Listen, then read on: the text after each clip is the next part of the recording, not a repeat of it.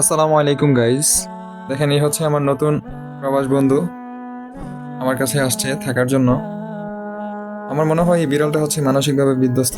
কেউ হয়তোবা তাকে লালন পালন করতো, এখন জানি না কি জন্য হচ্ছে তাকে বাইরে ছেড়ে দিয়েছে।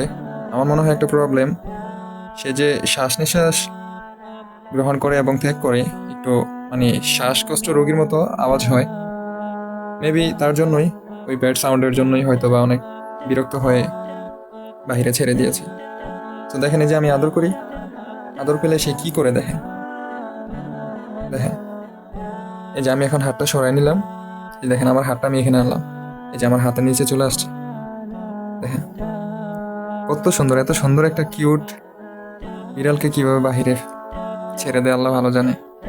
এই দেখেন আমি হাতটা সরাই নিলাম, এই যে হাতটা এখানে আনলাম, আবার হাতের নিচে চলে আসবে, আবার এখানে আনলাম, এই যে দেখেন এই হাতের নিচে চলে আসছে। এই যে মানে সে আদর চায়, তাকে আদর করার জন্য এই যে আদর করলে দেখেন কি করে।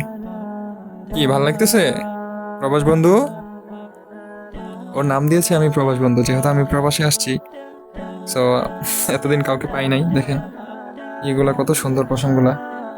এই দেখেন আমার হাত আমি যেখানে নিব সে ওইখানে চলে আসবে আমার হাতের নিচে, এই যে আদরের জন্য। দেখেন এই যে আমি হাতটা এখানে রাখবো, এখন ঘষাঘষি করবে, এই হাতে ঘষাঘষি করে এখানে রাখতেছি, আবার দেখতেছি। এই হচ্ছে অবস্থা। প্রত্যেকটা প্রাণীরই আমার মনে হয় মানসিক শান্তির প্রয়োজন। সে আমার এই হাতে তার মানসিক শান্তি পেয়েছে, তাই হয়তো বা আমার হাতের ছায়ার তলে সে চলে আসে বারবার।